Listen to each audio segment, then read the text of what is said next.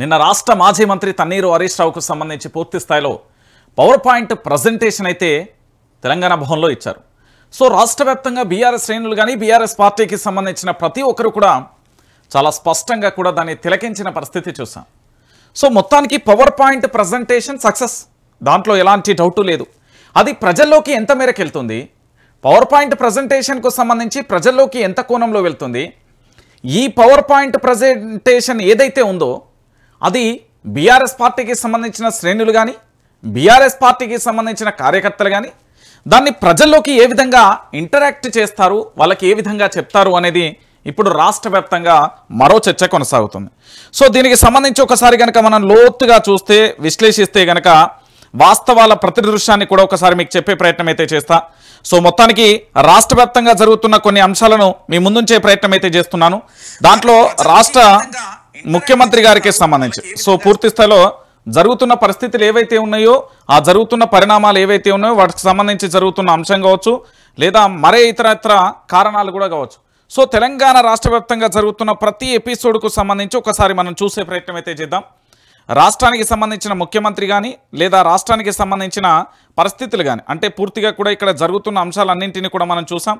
So రాష్ట్ర ముఖ్యమంత్రి యనుమల రేవంత్ రెడ్డి గారికి అదేవిధంగా వాళ్ళ ప్రభుత్వానికి కౌంటౌన్ తప్పదా అనే కోణంలో ఒకసారి మనం పూర్తిగా కూడా విశ్లేషించే ప్రయత్నం అయితే చేద్దాం. సో మొత్తానికి మనం హరీష్ రావు ప్రెస్ మీట్ను ఒకసారి చూద్దాం, దాని తర్వాత పవర్ పాయింట్ ప్రజెంటేషన్ ఒకసారి చూద్దాం, ఆ తర్వాత మిగతాయి మాట్లాడుకుందాం.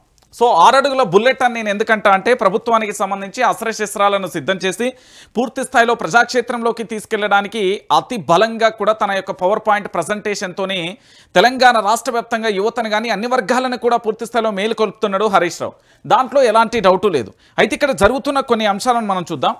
అసత్యాలు అర్ధ జ్ఞానులు అంటూ కూడా ప్రధానమైన అంశాన్ని ఒకటి లేవనెత్తిండు.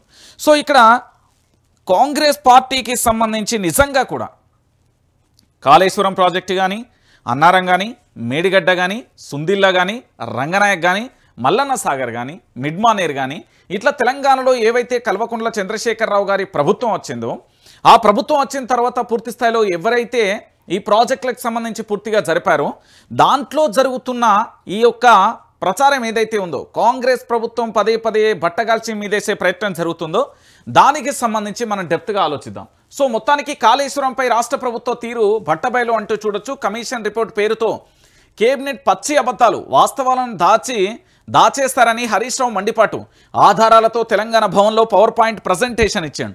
సో ఇలా కీలకమైన అంశాలు ఒకసారి చూద్దాం. మంత్రులు చెప్పింది కమిషన్ రిపోర్టా కాంగ్రెస్ రిపోర్టా, ఇది ప్రధానంగా కూడా హరీష్ రావు అన్నాడు. అయితే కాంగ్రెస్కు సంబంధించిన వాదన ఏంటి అంటే కాంగ్రెస్కు సంబంధించిన వాదన ఉంది, దాన్ని కూడా మనం చర్చిద్దాం.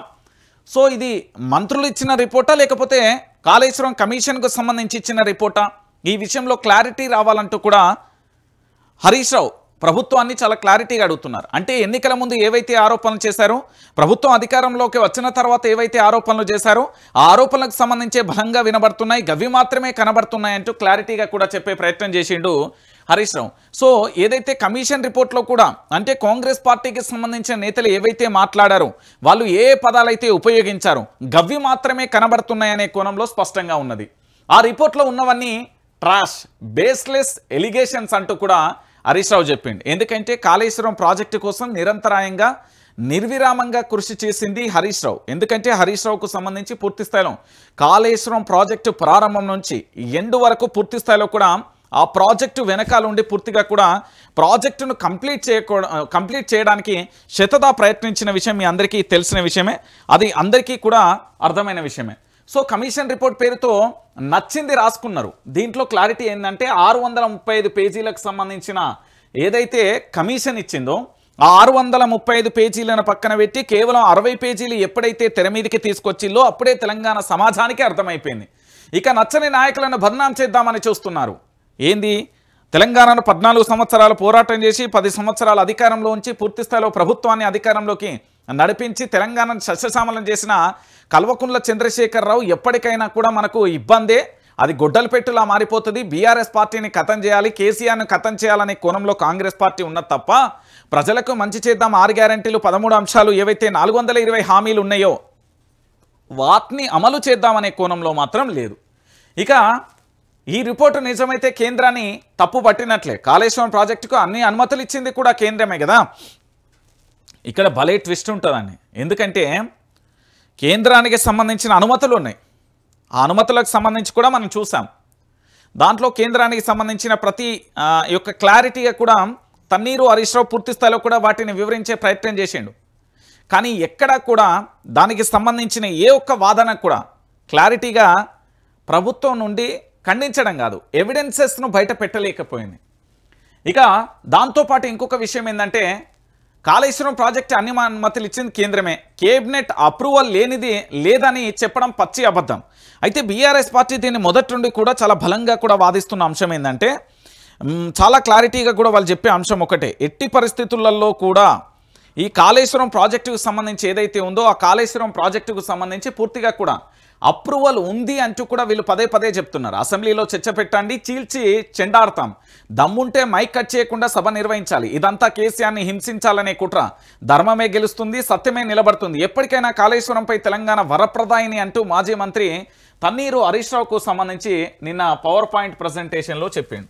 సో ఒక్కొక్క లేఖను చూద్దాం. అసలు హరీష్ రావు చెప్పిన దాంట్లో నిజముందా, కాంగ్రెస్ వాదనలో నిజముందా, తెలంగాణ ప్రాంత ప్రజలు ఏమంటున్నారు అనేది చూద్దాం. ఉమాభారతి లేఖ, కాంగ్రెస్ ప్రాణహిత చేవెళ్ల ప్రాజెక్టుకు హైడ్రాలజీ క్లియరెన్స్ ఉంది. ఈ అంశాన్ని కేంద్ర జలవనరుల శాఖ మంత్రి ఉమాభారతి ప్రభుత్వానికి రాసిన లేఖలో ప్రస్తావించిన విషయానికి సంబంధించి సాక్ష్యాన్ని ఒకటి బయటపెట్టిండు. ఇక బీఆర్ఎస్ ఉమాభారతి రాసిన అదే లేఖలోని 3వ పేజీలో 160 టీఎంసీల నీటి లభ్యత ఉండకపోవచ్చునని స్పష్టంగా పేర్కొంది. ప్రత్యామ్నాయం చూసుకోవాలని ఆ లేఖలో ఉంది. మరి ఈ విషయాన్ని కమిషన్ గుర్తించలేదా, లేక ప్రభుత్వాన్ని కావాలనే దాచిపెట్టిందా? ఇదంతా స్పష్టంగా ఆధారాలుంటే తప్పుదోవ పట్టించే ప్రయత్నాలు చేస్తున్నారు అంటూ ఇక్కడ బీఆర్ఎస్ తన యొక్క వాదనను బలంగా వినబెట్టింది. ఎందుకంటే తుమ్మిడిహెట్టికి సంబంధించి అక్కడి నుండి జరిపి మేడిగడ్డ ఇక్కడ గట్టిల్లు అనే వాదన ఏదైతే ఉందో ఆ వాదనకు సంబంధించి పూర్తి స్థాయిలో చర్చ జరుగుతుంది. ఇక దాంతోపాటు ప్రాజెక్టు ఎందుకు మార్చాల్సి వచ్చింది? కాంగ్రెస్ పార్టీ తుమ్మిడిహెట్టి దగ్గర 152 మీటర్లకు అనుమతులు ఉన్నాయి, అక్కడ వాటర్ ఉందని తెలిసిన కేసీఆర్ అక్కడి నుంచి సొంత నిర్ణయంతో ప్రాజెక్టు డిజైన్ మార్చారు అంటూ కూడా కాంగ్రెస్ చెప్తున్నారు. దీనికి బీఆర్ఎస్కు సంబంధించి క్లారిటీ ఏమంటున్నారంటే తుమ్మిడిహెట్టి దగ్గర 152 మీటర్లకు మహారాష్ట్ర ప్రభుత్వం ఒప్పుకోలేదు. ఆనాడే దీనిపై కేసీఆర్ ఛాలెంజ్ చేశారు. 152 మీటర్లకు ఒప్పందం జరిగినట్లే నివేదికలు ఇస్తే తాను రాజీనామా చేస్తానని సవాలు చేసిన విషయాన్ని గుర్తు చేశారు.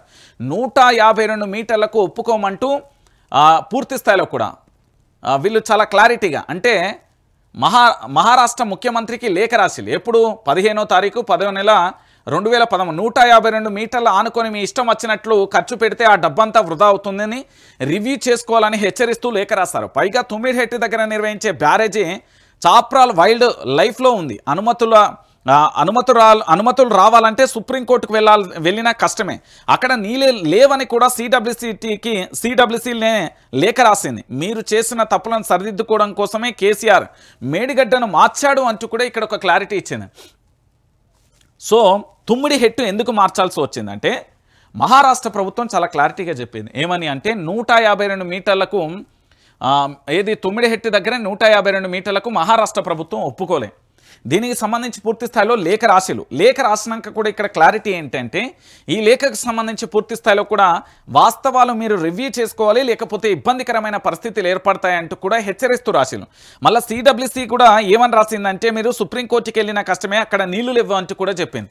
ఇది కాంగ్రెస్ పార్టీకి సంబంధించి ఘోర తప్పిదం ఏదైతే ఉందో ఆ తప్పిన దానికి సంబంధించి పూర్తి స్థాయిలో కూడా ఏంటి అంటే ఈ బీఆర్ఎస్ ప్రభుత్వం దానికి క్లారిటీగా కూడా కుండ బద్దలు కొట్టే ప్రయత్నం చేసింది. ఇక ఇది ఇట్లుంటే సిడబ్ల్యూసీకి సంబంధించి కాళేశ్వరం డిపిఆర్ సెంట్రల్ వాటర్ కమిషన్కి రాష్ట్ర ప్రభుత్వం సమర్పించిన కాళేశ్వరం డిపిఆర్లో తుమ్మిడిహెట్టి దగ్గర నీటి లభ్యత లేదని సిడబ్ల్యూసీకి చెప్పాం. తుమ్మిడిహెట్టి దగ్గర నీళ్లు లేవని, మేడిగడ్డ దగ్గర ఉందన్న విషయాన్ని కాళేశ్వరం డిపిఆర్లో స్పష్టంగా రాశాం. అదే డిపిఆర్ను సిడబ్ల్యూసీ ఆమోదించింది. డిపిఆర్లో చెప్పిన ప్రకారం నీళ్లు లేవనేది తప్పైతే డిపిఆర్కు సిడబ్ల్యూసీ అనుమతులు ఎందుకు వచ్చాయి? దీనికి ప్రభుత్వం దగ్గర స్పందన లేదు. ఎందుకంటే కేవలం ఆరోపణ చేస్తారండి, బట్టగాల్చి మీదేయడం. ఇది కాంగ్రెస్ పార్టీకి పరిపాటిగా మారిపోయింది. కాంగ్రెస్ పార్టీ నేతలు ఎవరైనా కూడా కాళేశ్వరం ప్రాజెక్టు గురించి మాట్లాడే ముందు ఆ ప్రాజెక్టుకు సంబంధించి పూర్వపరాలేంది, ఆ ప్రాజెక్టు యొక్క వాస్తవాలేంటి, ఆ ప్రాజెక్టుకు సంబంధించి పూర్తిగా సమగ్రమైన వివరణ కానీ సమగ్రమైన సమాచారం వాళ్ళ దగ్గర లేదు. ఏదో నోటికి వచ్చిందా ఇష్టం వచ్చినట్టు మాట్లాడిన గాలి మాటలు, రోత మాటలు, గదే అయిపోతుంది తప్ప అంతకు మించి వేరే అంశం లేదు. ఇక కాళేశ్వరం అనుమతులు, ఏది కాళేశ్వరం ప్రాజెక్టుకు సంబంధించి మొత్తం 11 అనుమతులు కేంద్రం నుంచి తీసుకున్నాం. నిజంగా ప్రభుత్వం నిజాయితీగా లేకపోతే ఎట్లా అనుమతులు వచ్చినాయి? దీనికి కాంగ్రెస్ ప్రభుత్వం నుండి ఇప్పటి వరకు కూడా సమాధానం లేదు, సమాధానం రాదు. ఎందుకంటే కాంగ్రెస్ పార్టీకి సంబంధించి కాళేశ్వరం ప్రాజెక్టు విషయంలో పదే పదే బట్టగాల్చి మీదేయడంతో పాటు అనేక రకాలుగా కూడా అబద్ధాలను వడ్డివారించే ప్రయత్నం చేస్తుంది. సో ఈ విషయాలలో కాంగ్రెస్ ప్రభుత్వం యొక్క దుమ్ము దులిపిండు హరీష్ రావు అని చెప్పడానికి ఇది ఒక సాక్ష్యం. ఇక దీంతో పాటుగా ఇంకొక అంశాన్ని కూడా చూద్దాం. ఇక్కడ ఏమని చెప్తున్నారు? కేబినెట్ ఆమోదం. కాంగ్రెస్ ఏమంటుంది? Sole decision of chief minister, Medigadda Annaram Sundilla నిర్మాణాలపై కేసీఆర్ యొక్క సొంత నిర్ణయం. ఇది ప్రభుత్వ నిర్ణయంతో సంబంధం లేదు. ఎవరు చెప్తున్నారు ఇది? మేడిగడ్డ విషయంలో కానీ, అన్నారం విషయంలో కానీ, సుందిళ్ల విషయంలో కానీ, ఈ 3 ప్రాజెక్టుల విషయంలో కాంగ్రెస్ పార్టీ ఏంది అంటే చాలా ఎలిగేషన్ చేసింది. మీరు కేబినెట్ ఆమోదం లేకుండా, మంత్రివర్గ ఆమోదం లేకుండా మీ ఇష్టం అనుసారంగా కూడా మీరు పూర్తి స్థాయిలో చేసిర్రు అని చెప్పింది.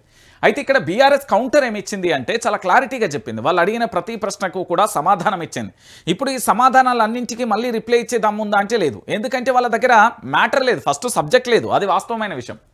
బీఆర్ఎస్ ఏమంటుంది?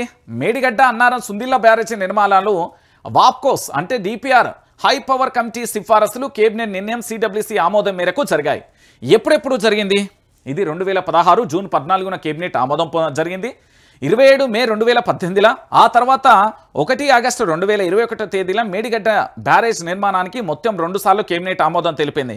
11 ఆగస్టు 2022న అన్నారం బ్యారేజీ నిర్మాణానికి, సుందిళ్ల నిర్మాణానికి ఏంది మంత్రివర్గం ఆమోదం తెలిపింది అంటూ కూడా కేబినెట్ ఆమోదానికి సంబంధించిన పత్రంతో పాటు దీంట్లో ఎవరెవరు పాల్గొన్నారు అనేది కూడా మహమ్మద్ అలీ ఉన్నారు, కడియం శ్రీయారి ఉన్నాడు, నాయన్ నరసింహారెడ్డి, ఈటల రాజేందర్, పోచంపల్లి శ్రీనివాసరెడ్డి, హరీష్ రావు, పద్మారావు గౌడు, దాంతో జోగు రామన్న, దాంతోపాటు జగదీష్ రెడ్డి, ఇంద్రకరణ్ రెడ్డి, తుమ్మల తలసాని శ్రీనివాస్ యాదవ్, దాంతోపాటుగా జూపల్లి కృష్ణారావు, ఇంకా పోతే ఇంకా లక్ష్మారెడ్డి, ఇంకా చాలామంది ఉన్నారు. సో చాలామంది, అవి పేర్లు క్లారిటీగా లేవు కానీ సో వీళ్ళందరూ కూడా కేబినెట్లో పాల్గొన్నారు అనేది చాలా స్పష్టంగా కూడా కనబడుతున్న అంశం. అంటే కాంగ్రెస్ పార్టీ అడిగిన ప్రతిదానికి కూడా హరీష్ రావు సమాధానం ఇచ్చిండు. ఏమన్నాడు? శాసనసభలో కేసీఆర్ ఏమన్నాడు? 2016 మార్చి 31న ముఖ్యమంత్రిగా కేసీఆర్ ఇంజనీరింగ్ పై పవర్ పాయింట్ ప్రజెంటేషన్తో వివరించారు. అప్పుడు అన్ని పార్టీలు కూడా పాల్గొంటే ప్రిపేర్ కాలేదంటూ కాంగ్రెస్ పార్టీ పారిపోయిన విషయాన్ని కూడా మీ అందరికీ తెలుసు. ఏంది ప్రిపేర్ అయ్యి రాకపోతే పీకనీకి వచ్చినవా అంటూ కూడా అప్పుడు కేసీఆర్ సంచలనమైన డైలాగ్ వదిలితే అది రాష్ట్ర వ్యాప్తంగా ట్రెండింగ్లోకి వచ్చిన విషయం కూడా మీ అందరికీ తెలిసిందే. సో ఆ విషయం అప్పట్లో సంచలనంగా మారింది. ఇక కాంగ్రెస్ మరొక ఆరోపణ ఏంది అంటే వ్యాప్కోస్ నుంచి ఫైనల్ డిపిఆర్ సిద్ధం కాకముందుకే కేసీఆర్ 11/2/2016న ప్రధానమంత్రికి కాళేశ్వరం ప్రాజెక్టు యొక్క అంచనా వ్యయం 71,436 కోట్లు అంటూ లేఖ రాశారు. ఇది కాంగ్రెస్ పార్టీ ఆరోపిస్తుంది. దీని బీఆర్ఎస్ పార్టీ ఏమన్నది? కాళేశ్వరంకు జాతీయ హోదా సాధించేందుకు 15% ప్రాజెక్టు కాస్ట్ ఎస్కలేషన్ అంచనాలతో కాళేశ్వరం ప్రాజెక్టు కాస్ట్ 71,436 కోట్లని ప్రధానికి లేఖ రాశాం. ఎప్పుడు 15% ప్రాజెక్టు యొక్క కాస్ట్కు సంబంధించి క్యాలిక్యులేషన్ అయిపోయిన తర్వాత చెప్పింది. ఇంకొక విషయం కూడా చూడండి, కాళేశ్వరం ఇంజనీరింగ్కు శాసనసభ కూడా ఆమోదం తెలిపింది. ఈ శాసనసభ ఆమోదంకు సంబంధించి ఒకసారి ఇక్కడ చూడండి. ప్రాజెక్టుల ఇంజనీరింగ్ గురించి 10 మార్చి 2016లో గవర్నర్ ప్రసంగంలో ఉంది. దీనికి కేబినెట్ శాసనసభ ఆమోదం తెలిపింది. 2016 ఏప్రిల్ 16న ఆర్థిక మంత్రి బడ్జెట్ ప్రసంగంలోనూ దీని గురించి ప్రస్తావించారు. దీనికి కేబినెట్, గవర్నర్, శాసనసభ ఆమోదం కూడా తెలిపింది అంటూ కూడా చెప్పిన పరిస్థితి కనబడతాం. అయితే ఇవన్నీ ఇట్లున్నాయి కదా. అయితే కొడంగల్ లిఫ్ట్ ఇరిగేషన్ ఎలా సాధ్యమైంది? దీనికి కూడా ప్రభుత్వం సమాధానం చెప్పాల్సిన అవసరం ఉంటుంది. కొడంగల్ నారాయణపేట లిఫ్ట్ ఇరిగేషన్ ప్రాజెక్టుకి ఎలాంటి డిపిఆర్ లేకుండానే 4,350 కోట్ల రూపాయలను మంజూరు చేసుకున్నారు. ఇది ఏ విధంగా సాధ్యమైంది? ఈ ప్రాజెక్టు ఫిబ్రవరి 2024లో కొబ్బరికాయ కొట్టిర్రు. సెప్టెంబర్ వరకు కూడా ఎలాంటి డిపిఆర్ లేదని ఆర్టీఐ ద్వారా స్పష్టం చేసింది. సిడబ్ల్యూసి అనుమతి కూడా లేదు. ఎన్విరాన్మెంట్కు సంబంధించిన అనుమతి లేదు. డిపిఆర్ లేదు కానీ పనులు ప్రారంభించారు, బిల్లులు ఇస్తున్నారు. ఇప్పుడు ఎవరి లోపల వేయాలి? అనుమతులు ఉంటే చూపించండి. ఇది రాష్ట్రానికి సంబంధించిన సిద్దిపేటకు సంబంధించిన ఎమ్మెల్యే మాజీ మంత్రి తన్నీరు హరీష్ రావు అడిగిన ప్రశ్నలు. ఈ ప్రశ్నలకు సమాధానం కాంగ్రెస్ పార్టీ ఎక్కడైనా చెప్తుందా, లేకపోతే తోక ముడుచుకొని పరారైపోయిందా?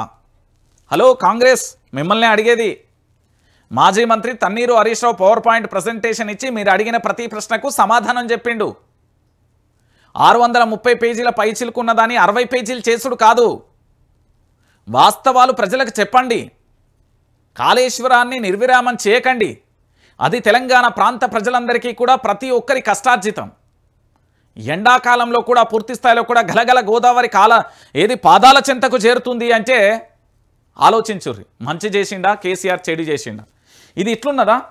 సో ఇక్కడ పూర్తిగా కూడా ఒకటే అంశం తెర మీదకి వచ్చింది, మీ అందరికీ తెలిసిన విషయమే. సో ఇక్కడ ఇంకొక అంశాన్ని కూడా చూద్దాం. యుగానికి ఒక్కడు పుడతారబ్బా మంచోళ్ళు, అంటే తలరాతను మార్చేవాళ్ళు. అందరూ మంచోళ్ళేని కాదు అంటలేని, కానీ ఆ చేసే సామర్థ్యత కలిగిన వ్యక్తులు యుగానికి ఒకరు ఉంటారు. దాంట్లో మనం ముఖ్యంగా చూసుకుంటే కాటన్ బ్యారేజ్ మీ అందరికీ తెలుసు కదా. నాడు కాటన్ ఎప్పుడు చరిత్రలో చాలా చూసాం. నాడు బ్రిటిష్ కాలంలో సర్ అర్థన్ కాటన్కు సంబంధించి ధవళేశ్వరం బ్యారేజీని నిర్మించారు. ఆ తర్వాత రైతులకు మేలు జరగాలని కష్టపడి గోదావరి జలాలకు నీరందించారు. ఆ జిల్లాలన్నీ కూడా సస్యశ్యామలం చేశారు. అలాంటి కాటన్ మీద బ్రిటిష్ ప్రభుత్వం హెమిగ్రిటన్ కమిషన్ వేసింది. బ్యారేజ్ కట్టి నీళ్లు ఇచ్చిన కాటన్ను ఆ కమిషన్ 900 ప్రశ్నలు అడిగింది. విచారణ పేరుతో చాలా కాలం వేధించింది. అయినా కాటన్ గోదావరి జిల్లా ప్రజల గుండెలలో జలప్రదంగా కూడా నిలిచి ఉంటారు. ఇప్పటికీ ఆయన దేవుడిలా కొలుస్తారు. ఇది వాస్తవమైన విషయం. గోదావరి జిల్లాలకు వెళ్తే సర్దార్ కాటన్కు సంబంధించి ఈయనని ఇప్పటికీ కూడా ఎట్లా అంటే దేవుని లెక్క పూజిస్తారు. ఇప్పుడు కాటన్లా కేసీఆర్ చరిత్ర పుటలలో నిలుస్తారు. ఎందుకు అంటే కాటన్ లాగానే కేసీఆర్ కూడా తెలంగాణ రైతులకు మేలు జరగాలని, ఇక్కడి ప్రజల నీటి కష్టాలు శాశ్వతంగా తొలగిపోవాలని కాళేశ్వరం ప్రాజెక్టు నిర్మించారు. ఎన్ని కమిషన్లు వేసినా, ఎవరెన్ని ఆరోపణలు చేసినా కేసీఆర్ చరిత్ర పుటలలో తెలంగాణ ప్రాంత గుండెలలో శాశ్వతంగా నిలుస్తారు. కాళేశ్వరం ముమ్మాటికి తెలంగాణ వరప్రదాయనే. రాష్ట్ర భవిష్యత్తుకు అది వెన్నెముక్క, గుండెకాయ, తెలంగాణకు జీవ ఆధారం అంటూ కూడా ఇక్కడ మనం చూస్తున్నాం. సో మొత్తానికి కేసీఆర్కు సంబంధించి కాళేశ్వరంతో తెలంగాణ తలరాత మార్చిన జల ప్రదాత అంటూ కూడా ఇది నేను చెప్పిన మాటనో మీరు చెప్పిన మాటనో కాదు. ఒకసారి మనం చూద్దాం. ఇక్కడ ఒకసారి చూడండి.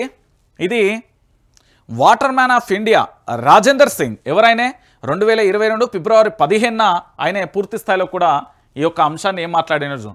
తెలంగాణలో నిర్మించిన సాగునీటి ప్రాజెక్టులు అద్భుతం. సీఎంగా కేసీఆర్ తెలంగాణను జీరో నుంచి హీరోగా మార్చారు. 7 ఏళ్ల వ్యవధిలోనే దేశంలోనే రోల్ మోడల్గా తెలంగాణ అభివృద్ధి చెందుతున్నది. సాగునీటిపై ఇతర రాష్ట్రాలు తెలంగాణను అనుసరించాలి. ఇతర రాష్ట్రాల సీఎంలు కేసీఆర్ను చూసి ఎంతో నేర్చుకోవాలి. ఇది రాజేందర్ సింగ్ అన్నమాట. ఈ ఒక్క మాట ఇంటే ఇక కాంగ్రెస్ గుండెలలో గుబులు పుడుతుంది. ఇక నెక్స్ట్ వన్, ప్రజల ప్రయోజనాల కోసం ప్రభుత్వాలు కొన్ని ప్రాజెక్టులు చేపడతాయి. అందులో భాగంగా తెలంగాణలో కొన్ని ప్రాజెక్టులు నిర్మించాం. ప్రపంచంలో అత్యంత ప్రతిష్టాత్మకమైన కాళేశ్వరం నిర్మించారు. దీనివల్ల కొన్ని వేల ఎకరాలలో సాగు జరుగుతున్నది. తెలంగాణ వరి ధాన్యంలో సాగులో ఎంతో పురోగతి సాధించింది. 2025 మే 21న సుప్రీంకోర్టు బెంచ్ పై న్యాయమూర్తి జస్టిస్ సతీష్ చంద్ర శర్మ వ్యాఖ్యలు ఇవి మీ అందరికీ తెలిసిన విషయమే కదా. ఎందుకు నేను ఈ విషయాన్ని చెప్తున్నానంటే వాస్తవ ప్రతిదృశ్యం. ఇది తెలంగాణ యావత్తు సమాజానికి కూడా తెలవాల్సిన విషయం. ఎందుకంటే తెలంగాణ ప్రాంత వ్యాప్తంగా కూడా జస్టిస్ సతీష్ చంద్ర శర్మకు సంబంధించి చాలా క్లారిటీగా కూడా వారు చెప్పిన అంశం. ఇక ఇంకొక అంశం ఏంటంటే ఇది కూడా తెలంగాణ ప్రాంత ప్రజలకు తెలవాల్సిందే. ఎవడో ఒకడు మన కోసం చరిత్ర గతిని శాసిస్తే చరిత్ర గతిని శాసిస్తే వాడేపో మొగాడ అంటాం. ఇగో వాడుగా మొగాడంటాం. అంటే పూర్తి స్థాయిలో కూడా పంచాంగాల ఆవరణ దాటి గడియారాలను బద్దలు చేసుకొని కాలం ప్రవహిస్తే ఆహో అదో శకం అంటాం, ఓహో అదో యుగం అంటాం అంటూ కూడా లెనిన్ కావ్యానికి సంబంధించి చూస్తున్నాం. ఎవడో ఒకడు ఏంది అంటే పూర్తి స్థాయిలో ఉద్ధరించడానికి లేదా చరిత్రను మార్చడానికి, తలరాతను మార్చడానికి పూర్తి స్థాయిలో కూడా పుడతారు. అలాంటి వారే అంటూ కూడా చెప్తున్న పరిస్థితి. కేసీఆర్ సవాల్కి ఇప్పటి వరకు ఉత్తమ్ నుంచి జవాబు రాలే. ఏమన్నాడు కేసీఆర్? తుమ్మిడిహెట్టు వద్ద ప్రాజెక్టు నిర్మాణానికి తాము 152 మీటర్లకు అగ్రిమెంట్ చేస్తే ఎట్లా తగ్గిస్తారని అప్పటి పిసిసి అధ్యక్షుడు ఉత్తమ్ కుమార్ రెడ్డి అన్నారు. ఆనాడు బేగంపేట ఎయిర్పోర్ట్లోనే సీఎం కేసీఆర్ సవాల్ విసిరారు. ఉత్తమ్ కుమార్ రెడ్డిజీ 152 మీటర్లకు మహారాష్ట్రతో అగ్రిమెంట్ చేసుకొని ఉంటే ఆ అగ్రిమెంట్ కాపీని తీసుకొనిరా. నేనింకా అర్ధగంట 40 నిమిషాలైనా ఇక్కడే ఉంటా.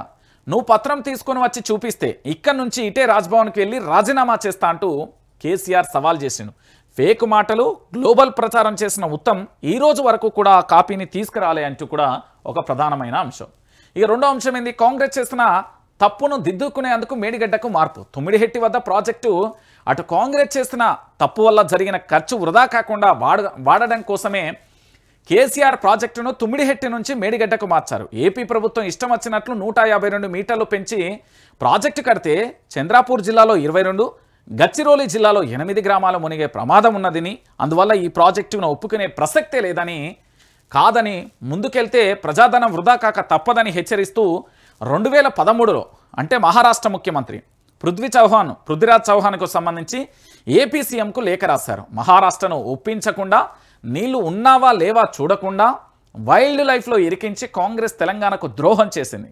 కాంగ్రెస్ చేసిన తప్పును సరిదిద్దుకోవడం కోసమే కేసీఆర్ ఏం చేసిండంటే ఆ తుమ్మిడిహెట్టి కానుండి పూర్తి స్థాయిలో కూడా మేడిగడ్డకు మార్చిండు. ఇక one and only CM KCR నాడు కేసీఆర్ ఎంత ఫేర్గా ఉన్నారంటే ప్రాజెక్టుపై ఏకంగా అసెంబ్లీలో పవర్ పాయింట్ ప్రజెంటేషన్ ఇచ్చారు. ఇది మన దేశంలోనే తొలిసారి. ఇదొక చరిత్ర. శాసనసభలో పవర్ పాయింట్ ప్రజెంటేషన్ పెట్టి రాష్ట్రంలో జరుగుతున్న అభివృద్ధి కార్యక్రమాలను ప్రజలకు, శాసనసభలకు వివరించిన ఓన్లీ సీఎం కేసీఆర్ అనే విషయాన్ని గుర్తుపెట్టుకోరు. ఇక ప్రాజెక్టుపై సమీక్షగా సీఎంగా కేసీఆర్ బాధ్యత. ఒక ప్రాజెక్టు పూర్తి చేయడానికి సమీక్షలు జరపడం ముఖ్యమంత్రి బాధ్యత. రాష్ట్రంపై, ఈ ప్రాంత ప్రజలపై ప్రేమ ఉన్నవారు ఎవరైనా కూడా అదే చేస్తారు. వాస్తవానికి సమీక్ష చేయకపోవడం తప్పు కానీ చేస్తే తప్ప. ఇట్లా మాట్లాడడం ఏం పద్ధతే? రివ్యూ చేస్తే రాజకీయ ప్రమేయం అని చెప్పడం అసంబద్ధం, అర్ధరహితం. నిజంగా రాష్ట్రం మీద ప్రేమ ఉన్న వ్యక్తి, ఉద్యమించి ప్రాణాలకు తెగించి తెలంగాణ సాధించిన వ్యక్తి, తెలంగాణ ప్రజలకు నీళ్ళు ఇవ్వాలని తపన పడ్డ వ్యక్తి కేసీఆర్ గనుక రాత్రింబవళ్ళు కష్టపడ్డాడు, తన్లాడిన్లు తొందరగా పూర్తి చేసి నీళ్లు అందించాలని ఆరాటపడ్డాడు. అందులో తప్పేమున్నది? కేసీఆర్ది తన రైతులకు నీళ్ళు ఇవ్వాలనే తపన, తన్లాట, ఆర్తి. కాంగ్రెస్ నాయకులకు రాజకీయ పంపం గడుపుకోవాలనే ఆరాటం. అంతిమంగా నిలిచేది న్యాయం, గెలిచేది సత్యం. జై తెలంగాణ, జై కేసీఆర్. ఇది హరీష్ రావు వ్యాఖ్యలు. సో ఇందులో కీలకమైన అంశాలన్నీ కూడా చూడండి. ఎందుకంటే పూర్తి స్థాయిలో కూడా తెలంగాణ రాష్ట్ర వ్యాప్తంగా జరుగుతున్న ప్రతి అంశం కూడా ఇక్కడ చూడురి. వాస్తవాలు, అవాస్తవాలు, అబద్ధాలు, రాజకీయ దురుద్దేశంతో రిపోర్ట్. కాంగ్రెస్ బీజేపీ కుట్రలో భాగమే కాళేశ్వరం విచారణలు. 60 పేజీలు అసలు నివేదికనేనా? వడ్డీ వారించారా? 665 పేజీల నివేదిక అసెంబ్లీలో పెట్టు. చీల్చి చెండాడతాం. నివేదికను ముందు పెట్టి సీఎం మంత్రులు పచ్చి అబద్ధాలు. తుమ్మిడిహెట్టి వద్ద కాంగ్రెస్ తట్టెడు మట్టి ఎందుకు తీయలే? కాళేశ్వరం కేసీఆర్ సొంత నిర్ణయమని కాంగ్రెస్ దుష్ప్రచారం. నిపుణుల కమిటీ నిర్ణయం, సిడబ్ల్యూసీ సూచనలతోనే నిర్మాణం. అసెంబ్లీ ఆమోదం, కేబినెట్, గవర్నర్ అనుమతులు ఉన్నాయి. ఎన్నికలు ఉన్నప్పుడల్లా రిపోర్టు పేరుతో రేవంత్ నాటకం ఆడుతుండు. కాళేశ్వరం కూలితే గంధమల్లకు కొబ్బరికాయ కొట్టినవేం? మూసికి తెస్తానన్న మల్లన్న సాగర్ నీళ్లు కాళేశ్వరానికి కావా? వైఫల్యాలను కప్పిపుచ్చుకునేందుకు కేసుల ధారావాహికల. కాళేశ్వరం ఎండుపెట్టు, బనకచెల్ల నీళ్లు జారగొట్టేందుకే. ఇది చంద్రబాబుకు, రేవంత్కు గురుదక్షిణ. అందుకే డ్రామాలు. అంతిమంగా గెలిచేది న్యాయమే, వచ్చేది బీఆర్ఎస్ సర్కారే. మేడిగడ్డ పిల్లలు బాగు చేస్తాం, రైతులను బాజాప్తుగా నిలుస్తాం. పవర్ పాయింట్ ప్రజెంటేషన్లో మాజీ మంత్రి తన్నీరు హరీష్ రావు. సో మొత్తానికి తన్నీరు హరీష్ రావుకు సంబంధించిన power point presentation Congress versus బీఆర్ఎస్గా మారిపోయింది. మధ్యలో బీజేపీ బలైపోయింది. సో క్లారిటీగా కూడా అనుమతులు ఉన్నాయి. వాళ్ళు అడిగిన ప్రతి ప్రశ్నకు హరీష్ రావు సమాధానం చెప్పిండు. క్లియర్ కట్గా ప్రతి విషయాన్ని కూడా క్లియర్గా చెప్పిన అంశాన్ని మనం చూసాం. సో ఇలాంటి పరిస్థితులలో కాంగ్రెస్ వాదన మరొక రకంగా వాళ్ళ పేపర్లలో రాసుకొస్తాం. సో ఇది ఇప్పటి వరకు హరీష్ రావు యొక్క పూర్తి స్థాయిలో పవర్ పాయింట్ ప్రజెంటేషన్కి సంబంధించిన అంశం అండి. ఇప్పుడు కాంగ్రెస్ వాదన ఒకసారి చూద్దాం. ఎందుకంటే కమిషన్కు సంబంధించిన నివేదిక మరి వాళ్ళ పేపర్లలో గట్టిగా రాసుకొచ్చారు. ఇది కమిషన్ నివేదికనట. కమిషన్ ఏం చెప్పింది? కమిషన్ అంశం ఏంటి? ఏది కమిషన్ తేల్చిన విషయం ఏంటి? ప్రాజెక్టు యొక్క ప్లానింగ్ అంశం ఏంది? కమిషన్ తీసుకున్నది. క్యాబినెట్ పక్కన పెట్టి కేసీఆర్, హరీష్ రావు ఒంటరి నిర్ణయాలు తీసుకున్నారట. ఏమని చెప్పిండు ఇక్కడ? చాలా క్లారిటీగా కూడా చెప్పిండు. అందుకే చదువుకొని రావాలి అని చెప్తా నేను. వీళ్ళతో ఇట్లనే ఉంటుందండి. కాంగ్రెస్ వాళ్ళకు సబ్జెక్ట్ ఉండదు, పాడుండదు, సొల్లు రామాయణం. అయ్యా నాయన, ఇక్కడ కమిషన్ ఉంది కదా. ఇక్కడ ఇది కాళేశ్వరం కమిషన్కు సంబంధించిన నివేదిక అండి. కమిషన్ నివేదిక ప్రాజెక్టు ప్లానింగ్లో ఇక్కడ ఏమనేది? క్యాబినెట్ పక్కన పెట్టి కేసీఆర్, హరీష్ రావు ఒంటరి నిర్ణయాలు తీసుకుంటా అని చెప్పింది. ఇప్పుడు ఎవరు అబద్ధం చెప్తుర్రో చూడుర్రి. 2016 జూన్ 14న కేబినెట్ ఆమోదం తెలిపింది. నెంబర్ 1. 27 మే 2018 ఆ తర్వాత ఆగస్టు 1, 2021 తేదీల మేడిగడ్డ బ్యారేజీ నిర్మాణానికి మొత్తం 2 సార్లు కేబినెట్ ఆమోదం తెలిపింది. 11 ఆగస్టు 2022న అన్నారం బ్యారేజీ నిర్మాణానికి, సుందిల్ల బ్యారేజీ నిర్మాణానికి మంత్రివర్గ ఆమోదం తెలిపింది. అంటే కమిషన్ నివేదిక ఇది అబద్ధమా? అబద్ధమే కదా, సాక్ష్యం ఉంది. నిపుణుల రిపోర్టుపై నిర్లక్ష్యం. నిపుణులు వేమనపల్లి సిఫారసు చేయగా గోప్యంగా కేసీఆర్ అండ్ కో ఉంచిర్రు అనే అంశానికి సంబంధించి చెప్పిళ్ళు. వీళ్ళు ఏం చెప్పిళ్ళు? బీఆర్ఎస్కు సంబంధించిన హరీష్ రావు అంటే గలాంటిది ఏదీ లేదు బై, పూర్తి స్థాయిలో కూడా అన్నీ కూడా క్లారిటీ ఉన్నాయంటూ కూడా చెప్పిన అంశాన్ని చూసినాం. సో ఇంకొకటి, నీటి లభ్యత. తుమ్మిడిహెట్టి వద్ద నీరు లేదన్న వాదనపై కమిషన్ సందేహం. అరే తుమ్మిడిహెట్టి మీద చాలా క్లారిటీగా చెప్పిండు కదా, తుమ్మిడిహెట్టికి సంబంధించి ఏం జరిగింది, తుమ్మిడిహెట్టి దగ్గర ఏం జరుగుతున్నది అనేది చాలా క్లారిటీగా చెప్పిండు కదా. 152 మీటర్ల పెంచి ప్రాజెక్టు గడితే ఏది మన ఈ మహారాష్ట్ర సీఎం ఉన్నాడు కదా పృథ్వీరాజ్ చౌహాన్ ఏం చెప్పిండంటే, చంద్రాపూర్ జిల్లాలో 22, గచ్చిరోలిలో 8 గ్రామాలు, అంటే మొత్తం 30 గ్రామాలు నీట మునిగే ప్రమాదం ఉంది, దీనికి మేము ఒప్పుకునే పరిస్థితి లేదు, ఒకవేళ మీరు కట్టినా కూడా ఆగమైపోతుంది అని చెప్పిండు. కమిషన్కు క్లారిటీ ఇచ్చేసినాం. 2 మూడోది అయిపోయింది. Next cabinet ఆమోదాలు. 2591 కోట్ల విలువైన మొదటి 3 జీవోలు క్యాబినెట్కు చూపలేదు. ఏది 2000 వీళ్ళు చెప్పిన అంశాన్ని ఇక చూడరు. డైరెక్ట్గా ఇక్కడ బడ్జెట్కు సంబంధించి ప్రధానమంత్రి నరేంద్ర మోడీకి సంబంధించి డిపిఆర్ సిద్ధంగా అన్నప్పుడే పూర్తి స్థాయిలో చెప్పిలు. వీళ్ళు ప్రతిదీ కూడా ఇగో ఇక్కడ క్యాబినెట్ ఆమోదం ఉందండి, ప్రతిదానికి కూడా ఇక్కడ ఒక క్యాబినెట్ ఆమోదం ఉంది. ఇది కూడా అయిపోయింది. నెక్స్ట్ డిజైన్ లోపాలు. మేడిగడ్డను డైవర్షన్ బ్యారేజ్గా కాకుండా స్టోరేజ్ డ్యామ్గా వాడడం వల్ల ప్రమాదాలు. ఇక అది ఈ రాష్ట్రానికే తెలవాలి, చెప్పిన వాళ్ళకే తెలవాలి. క్వాలిటీ కంట్రోల్ లోపం. అవసరమైతే 37,000 పరీక్షలలో కేవలం 7,498 మాత్రమే చేశారు. 37,000 దాంట్లో క్వాలిటీ కంట్రోల్ లేదే వాళ్ళు పర్మిషన్ ఇచ్చారు. ఓకే. నిర్వహణ లోపం. మెయింటెనెన్స్ భద్రతా ప్రోటోకాల్ పాటించలేదు. అరే ఇది ఎక్కడ పంచాయతీ, మెయింటెనెన్స్ కూడా భద్రతా ప్రోటోకాల్ ఎక్కడిది?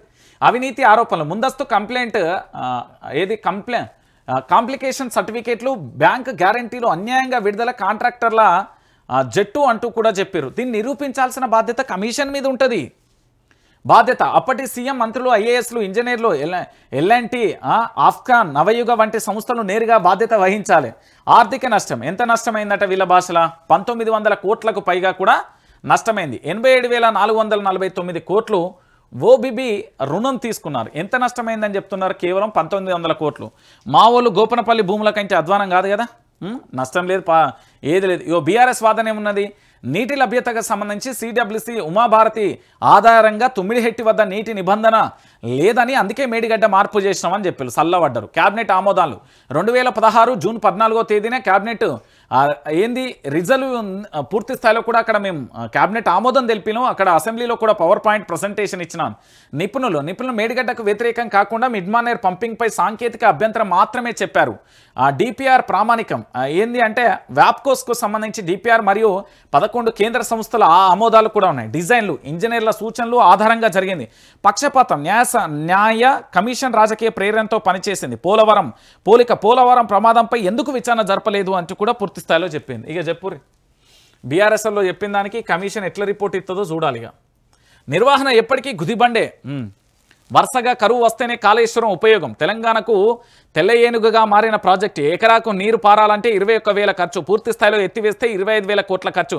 ఏడాదికి అయ్యే భారంతో 3 విడతల రైతు భరోసా ఇవ్వచ్చు. కాళేశ్వరం నీరు చుక్కబొట్టు పారకుండానే రికార్డు స్థాయిలో పంట. ఇప్పుడు 3 ఏడాదికి అయ్యే ఖర్చు, విడతల వారీగా 3 విడతలుగా రైతు భరోసా ఇవ్వచ్చు. మరి నీళ్లు లేని ఎక్కడ పంట పండుతుంది? చిన్న లాజిక్. నువ్వు రైతు బంధు ఇస్తావు పోయి 6,500 10,000 ఇస్తావు కావచ్చు, కానీ నీళ్ళద్దా? నీళ్ళు లేకపోతే పంటలేడ పండుతాయి, వాళ్ళు పంటలేడ ఎత్తారు. 2 ఏళ్ళు రైతు భరోసా ఇవ్వచ్చట. రైతు భరోసా కాదరా నాయన, మనం తాగడానికి నీళ్ళు ఏది కనీసం ఇక్కడ పంటలు పండియడానికి నీళ్ళు కావాలంటే పైసలు ఇవ్వచ్చు అని అబద్ధం చెప్తారు. ఏంది తలకు మించిన భారంగా అప్పు అంటూ కూడా ఇంకొక అంశాన్ని చెప్తారు. ఇక వీళ్ళ కథ గిట్లుండే. ఎకరాకు నీరు అందించాలి అంటే 21,810 కోట్లు. ఇప్పుడు రోడ్డు వేయాలంటే ఖర్చు అవుతుంది, అట్లానే రోడ్డు వేయకుంటుంటారా? దాని మీద వచ్చే టాక్స్తో టోల్గేట్లు బతుకుతున్నాయి కదా, ట్రాఫిక్ పోలీసు వాళ్ళు హైదరాబాద్లో బతుకుతున్నారు కదా. ఏదైనా ఒక ప్రాజెక్టు నిరుపయోగంగా ఉండదండి, దాని అవసరం దేనికో ఒక దానికి ఉంటుంది. వీళ్ళు ఇదంతా కావాలని కూడా చేస్తున్న పరిస్థితి కనబడుతుంది. ఇక ఉద్యమానికి ఆయువు పట్టు. నేడు ప్రజాయుద్ధ నౌక గద్దర్ వర్ధంతి. ఆయన సేవలను గుర్తు చేసిన సీఎం రేవంత్ పాటలతో చైతన్యపరిచి మలిదశ ఉద్యమానికి ఊపిరిలందారని ప్రశంస అంటూ కూడా చెప్తున్న పరిస్థితి. ఉద్యమానికి ఆయువు పట్టు అంటూ కూడా పూర్తి స్థాయిలో కూడా చూడొచ్చు. గద్దర్కు సంబంధించిన చరిత్ర చాలా గొప్పది. గద్దర్ విషయంలో ఎవరెన్ని మాట్లాడినా కూడా అల్టిమేట్గా గద్దర్కు సెల్యూటే, గంతే. ఇక దాంట్లో ఎలాంటి మాటలు లేవు, ఎలాంటి మాట్లాడుకోవాల్సిన అవసరము లేదనేది చాలా క్లారిటీగా కూడా చూడాల్సిన విషయం. ఇక మంత్రి పదవి వరించిన వరుసగా హాట్ కామెంట్లు, అసంతృప్తితో నిత్యం స్టేట్మెంట్లు, సీఎం వ్యాఖ్యలపై కూడా ఖండనలు, హైకమాండ్ మధ్యలో ఏముందో అంటూ కూడా ఈ అంశానికి సంబంధించి రాజగోపాల్ రెడ్డిది మనం చూడాలి. రాజగోపాల్ పంచాయతీ చాలా పెద్దగా ఉంటుంది. మంత్రి పదవి లేనట్టేనా? అందుకే సీఎంపై రాజగోపాల్ రెడ్డి పరోక్ష విమర్శలు. పార్టీకి తలనొప్పిగా మునుగోడు ఎమ్మెల్యే వ్యవహారం, ముఖ్యమంత్రిని కార్నర్ చేస్తూ వరుస ట్వీట్లు, ప్రసంగాలు. ఇలాగే కొనసాగితే క్యాడర్కు తప్పుడు సంకేతాల వల్లే ప్రమాదం. మరోసారి రాజీనామాకు సిద్ధం, నాకు పదవి వస్తే ప్రజలకే లాభం. కోమటిరెడ్డి రాజగోపాల్ రెడ్డి. మంత్రి పదవి ఇప్పించే స్థాయిలో లేను, నా చేతుల్లో ఏమీ లేదు, మంత్రి కోమటిరెడ్డి వెంకటరెడ్డి అంటూ కూడా చెప్పిన పరిస్థితి కనబడుతుంది. సో ఏది ఏమైనా పదవి కోసం మాత్రం రాజగోపాల్ రెడ్డి నిజాలు మాట్లాడుతాడు. సోషల్ మీడియాకు సంబంధించి ముఖ్యమంత్రి మాట్లాడిన వ్యాఖ్యలను ఖండించిండు. ఇది వెల్కమ్ చెప్పాల్సిన విషయమే. ఇంకొక విషయం ఏంటంటే మంత్రి పదవి కోసం వాస్తవాలు మాట్లాడుతున్నాడు. మంత్రి పదవి తీసుకొని అబద్ధాలు ఆడుతున్న మంత్రుల కంటే మంత్రి పదవి రాకపోతే వాళ్ళ అసంతృప్తితో నిజాలు ఎట్లా గక్కుతారు అంటే నేను చూసి నేర్చుకోవచ్చు. రాజగోపాల్ రెడ్డిని చూసి నేర్చుకోవచ్చు. రాజగోపాల్ రెడ్డికి కేవలం మంత్రి పదవి ఒకటే రాలేదు, కానీ వాస్తవాలు మాట్లాడతాను. మంత్రి పదవి వచ్చి ఉంటే ఇవన్నీ మాట్లాడేటోడా? సో రాకపోవడం వల్ల నిజాలు ఎట్లా బయటకు వస్తున్నాయో ఒకసారి మీరే చూడు. తెలంగాణ ప్రాంత ప్రజలందరూ కూడా చూడాల్సిన విషయం ఇది. దానికి మించిన ఇంకొక అంశం కూడా లేదు. ఇక ఐటీ చెల్లింపుదారులకు రేషన్ కార్డ్ కట్, ఇలాంటివి రాష్ట్రంలో 8 లక్షల కార్డులు ఉన్నట్లుగా అంచనా.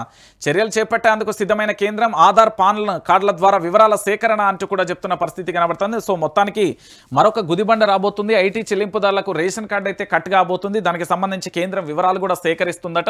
దానికి సంబంధించిన అంశాన్ని కూడా మనం చూస్తున్న పరిస్థితి అయితే కనబడుతుంది. సో మొత్తంగా ఇక్కడ జరిగే పరిణామానికి సంబంధించి అంశాలన్నీ కూడా మనం చూస్తున్నాం. ఏం జరుగుతున్నది, ఏం కథ అనేది క్లారిటీగా కూడా మనకు కనబడుతున్న విషయాలన్నీ కూడా చూడొచ్చు. సో మొత్తానికి వాస్తవాల ప్రతిదృశ్యం అండి. ఏం జరుగుతున్నది, ఎట్లున్నది, ఏం కథ అనేది కూడా మనం చూస్తున్నాం. సో ఫైనల్గా ఒకటే, బీఆర్ఎస్ చేతిలో కాంగ్రెస్ ఓడిపోయింది, అడ్డంగా దొరికిపోయింది అనేది నిజం.